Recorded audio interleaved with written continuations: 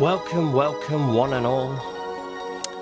Winter Wizard here, and in this video I'm going to be explaining exactly how Lord Commander Typhus here got his tentacles.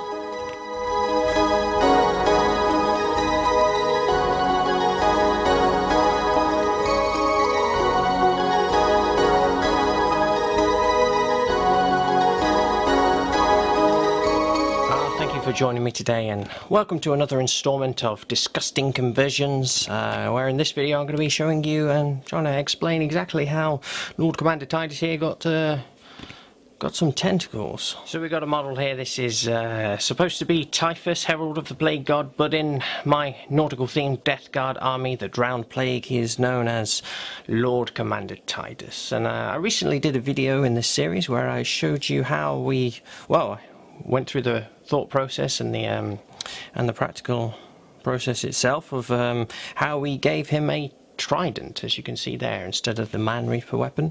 Just wanted to do something a little bit more unique for this character.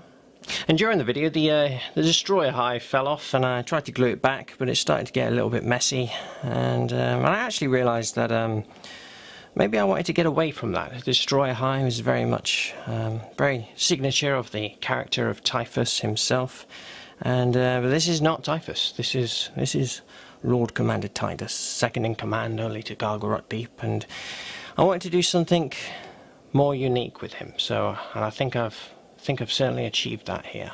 So I was thinking up ways of how to make him more unique, and I came up with the idea of all these tentacles coming out of these. He's got like these bones, these hollow bone horn things on the top of his armor there, and I thought it would be really cool to have like just tons of tentacles all squirming and worming their way out of these holes.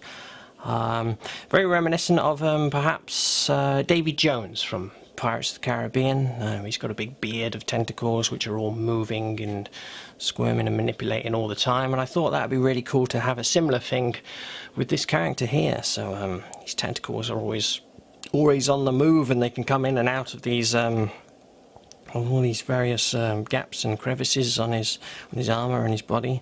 And I got a real big one here which we had a little bit of a look at in the Trident video, but I'm going to explain that some more in here.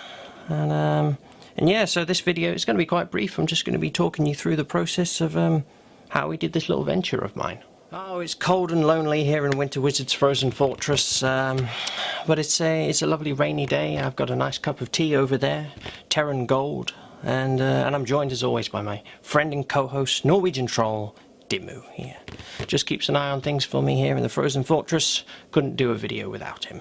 Here we are then. So we zoomed in. I thought I'd just give you a really good look at these, what's going on here, all these tentacles. And there they are. You can see they're all squirming and working their way out of these bony bits. I'm really pleased with the result, actually. I'm really pleased. I think it looks really cool. Bit weird maybe, but I suppose that's Nurgle for you. And but yeah, I love the idea of he's standing here. These tentacles are all just squirming about all over the place, and they can shoot out and attack things and grab stuff, and they're almost like extra limbs, and I love it.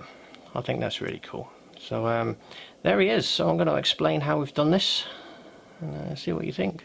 So the first step in the process was to remove the Destroyer Hive, and that wasn't too difficult because it had already fallen off. And then it was a case of taking a nice scalpel or a hobby knife and just gently removing all the little bits of super glue residue that had formed on here, and just smoothing these I don't know what to call them, pipes, horns, hollow horns, smoothing all of them out on the tops, and getting all nice and cleaned up and ready for the tentacles. And the next thing we were going to do, we got a little hobby drill here, and drilled some nice holes, indents into all these parts, these bony chimneys, I might call them that, and just drilling into those to give something for the tentacles to sit into, a nice sturdy bond, a nice sturdy join, as opposed to just having two flat pieces of plastic sat next to each other, so the tentacle just sitting on top of the chimney. and then gluing the flat bit of plastic together, which would have been alright, but it's good to have a nice strong join, because I imagine these would be quite receptive to snapping if dropped. Or so we drilled into them and got it all nice and ready for the tentacles. So it was a case of tracking down some tentacles, and we'd already found this one in the Foscor Blightlord's box. There it is. That's where the trident itself came from. There it is. So we'd already had that nice long slushy arm, which was a good start, and another one of these little bits, I think might have been this one up here. I think that was part of the box itself as well. But all the others, we had about, how many? 1, 2, 3, 4, 5, 6, 7, 8, about 9 other tentacles to find. And luckily, I was looking through my bits box, and what I'd actually had, I still had, and this is going back some time, I still had one of the Great Unclean One heads from when I was building old Gargarot, my Great Unclean One Demon Prince model. I still had one of these heads, and there's one of the heads was absolutely covered in tentacles, and so I managed to trawl through my bits box and locate this head, and it just so happened that it was just about exactly the right amount of tentacles on this head that I needed. I think there was maybe a couple of arms from the Great Unclean One kit as well, with a few tentacles which I clipped off, but I'd gathered them all up and created a nice selection of tentacles, and then it was about figuring out where exactly they were all going to go. So I'd gotten all the tentacles together, and I was starting to plan how I wanted it to look, and like I said, this one was already done. This had been fixed with some green stuff. If you don't know what green stuff is, it looks like this. You buy it, yellow and blue, you can get it from eBay or any. And break a bit off, mix it together, just roll it, scrunch it up, and it will turn green. Then you mould with it, leave it to set for a long time, and it dries solid as a rock.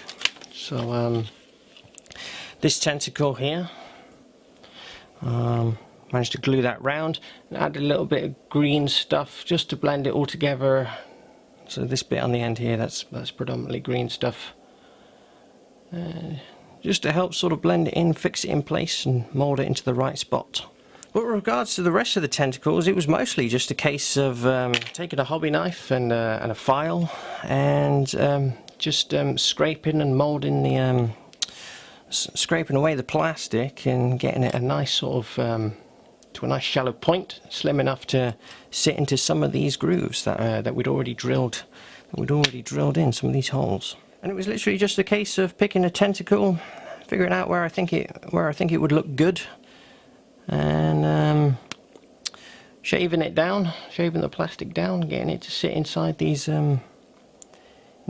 chimneys, and plastic gluing it in. And plastic glue that will melt the two plastics together, and when it dries they'll form nice and strong, and should form a nice strong joint. So they're pretty sturdy, these. I wouldn't want to go playing around with them too much, but they are pretty sturdy. And well, and that was it really. There's not really much more to say. Oh, we do have this one at the back here, and again that was just a case of shaving the shape to be suitable, and then just plastic gluing it onto his arm. And like I said, the beauty of the plastic glue, it will melt and generally form the two pieces together nicely. And you can sometimes just use the glue to just melt any bits that are sticking out or hanging off, and just gently melt it all into a nice slick shape. But yeah, nothing really much more to it than that, and that's the finished result. Bunch of tentacles all spewing out of his back. It's almost like he's got some kind of horrible demon monster inside him. She's trying to get out. Do like that. And then it was a case of painting all the tentacles. If you check out my painting series, Painting the Drowned Plague, I think it's episode 4. Episode number 4, Slimy Tentacles from the Deep, and I'll show you exactly how I like to paint my tentacles and cover all the glossy effect on them as well, give them a bit of a slimy sheen. And if you're interested in putting some extra slime, some like physical stringy bits of slime all over any tentacles that you're painting or modelling, then there's another episode in this series called Tentacle Slime. Disgusting Conversions, Tentacle Slime, and I'll show you how to do that. And there we are then, so that's the finished result. All these tentacles slopping all over the place. And I'm really pleased with the result. I think it looks really cool. And I'm pleased to sort of get away from the signature Typhus look. I do like the Typhus model a lot. Typhus is a character, very cool. Always a big fan of the scythes, the man reapers, and I did like the Destroyer Hive a lot. But it wasn't right. It wasn't right for Lord Commander Typhus here of the Drowned Plague. So I wanted to do something unique. And I'm really pleased with the result. So there we go. Oh, there we have it then, another installment of Disgusting Conversions, where in this video I explained exactly how Lord Commander Typhus here got his tentacles. Please do check out some of the other videos in this little mini-series of mine, Disgusting Conversions, where I cover all the different conversion work for the nautical deep sea Death Guard army of mine, the Drowned Plague. And if you have enjoyed the video today, then a like and a comment would be very, very much appreciated. And if you'd like to see more of what goes on here inside the Frozen Fortress, then perhaps you'll also consider becoming a subscriber. Once again, whoever you are, thank you very, very much for joining me today. I'm Winter Wizard, that's Dimmu, and for now, keep it frosty.